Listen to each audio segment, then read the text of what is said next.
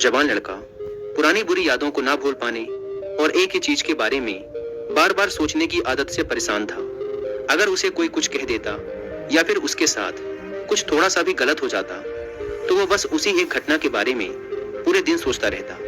वही बात उसके दिमाग में हर समय घूमती रहती। फिर वो या तो अपने साथ हुई किसी बुरी घटना के लिए अपनी किस्मत और भगवान को कोसता रहता या फिर अपने मन में उस इंसान से बदला लेने के ख्याली पुलाव बनाता रहता जिसने उसे कुछ कह दिया था या उसके साथ कुछ गलत किया था।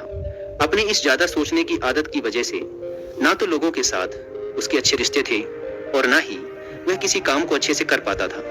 वह हर समय तनाव व मानसिक अशांति की स्थिति में रहता। उसकी ऐसी हालत को देखकर उसके एक मित्र ने उसे सलाह दी कि यहाँ पास के ही एक बौद्ध मठ में एक जैन मास्टर रहते हैं, तुम उनके पास जाओ, वो तुम्हारी इस मानसिक समस्या का कोई ना कोई समाधान अवश्य बता देंगे। वह नौजवान लड़का जैन मास्टर के पास जाता है और अपनी समस्या उन्हें बताता है कि कैसे वो एक ही घटना के बारे में बार बार सोचता रहता है और पुरानी बुरी बातों व यादों को भूल नहीं पाता।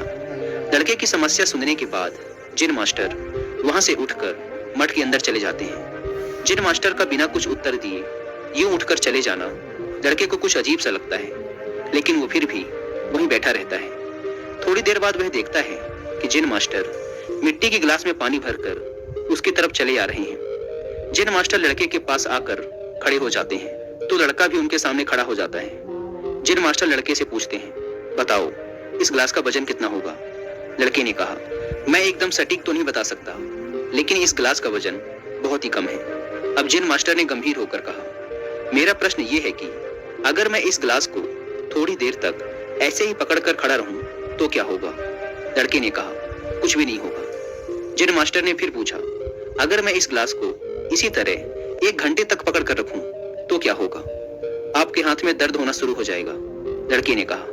जैन मास्टर ने फिर प्रश्न किया, अगर मैं इस गिलास को ठीक इसी तरह पूरे दिन पकड़ कर रखूं तब क्या होगा? आपके हाथ में बहुत ही भयंकर दर्द होना शुरू हो जाएगा। आपका हाथ सुन्न भी हो सकता है, आपकी मांसपेशियों में भारी तनाव आ सकता है और यहाँ तक कि आपके हाथ को लकवा भी मार सकता है। लड़के ने गंभीर शब्दों में कहा। जैन मास्टर ने कहा, बहुत बढ़िया, लेकिन क्या इस दौरान गिलास का वजन बदला? लड़के ने कहा, नहीं, वजन तो नहीं बढ़ा। तब भला हाथ में दर्द और मांसपेशियों में तनाव क्यों आया? जैन मास्टर ने पूछा। बहुत समय तक पकड़े रहने के कारण, लड़के ने जवाब दिया।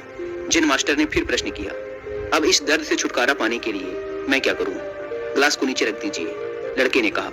जैन मास्टर ने कहा, बिल्कुल सही, और जीवन की परेशानियां भी कुछ इसी तरह होती हैं। इन्हें कुछ देर तक अपने दिमाग में रखिए और लगेगा कि सब कुछ ठीक है। उनके बारे में ज्यादा देर तक सोचिए और आपको पीड़ा होने लग जाएगी, और इन्हें और भी देर तक अपने दिमाग में रखिए, फिर ये आपको अशांत व पागल करने लग जाएंगी और आप कुछ भी नहीं कर पाएंगे। जैन मास्टर ने लड़के की तरफ इशारा करते हुए कहा, अपने जीवन की पिछली गलतियों और घटनाओं के बारे में सोचना जरूरी है, लेकिन उससे भी ज्यादा जरूरी है उनसे सीखकर आगे बढ़ना। अगर तुम एक ही बात को पकड़कर बैठे रहते हो तो ठीक उस गिलास की तरह ये भी तुम्हारे जीवन में दर्द पैदा कर देगा। अगर तुम आज अपने अतीत को लेकर बैठे रहते हो तो ये आज भी तुम्हारे हाथ से निकल जाएगा और फिर तुम भविष्य में इसके लिए पश्चाताप करोगे। तुम अपने अतीत के लिए जैसा इंसान बनना चाहते हो या फिर जिन गलतियों के लिए पश्चाताप कर रहे हो, तो तुम आज से ही वैसा इंसान बनने का प्रयास करो और कोशिश करो कि आज तुम वैसी गलतियां ना करो जिसके लिए तुम्हें भविष्य में पछताना पड़े। इसलिए चिंता करना बंद करो और अपने आज के कर्मों पर ध्यान दो, क्योंकि चिंता व्यक्ति को उसकी चिता तक ले जाती है। दोस्तों, चिंता करने की आदत को छोड़कर एक खुशहाल जीवन कैसे जिया जाए, इस पर विश्व प्रसिद्ध लेखक डेल कार्नेगी ने एक बहुत ही अच्छी किताब लिखी है जिसका नाम है how to stop worrying and start living, यानी चिंता छोड़ो, सुख से जियो। अब तक 10 मिलियन से ज्यादा लोग इस किताब को पढ़ चुके हैं, और अगर आपके पास इसे पढ़ने का टाइम नहीं है तो आप हिंदी में इस पूरी किताब को सुन भी सकते हैं कुकुर ऐप पर। इस किताब में चिंता करने की आदत से छुटकारा पाने के कई सारे तरीके बताए गए हैं।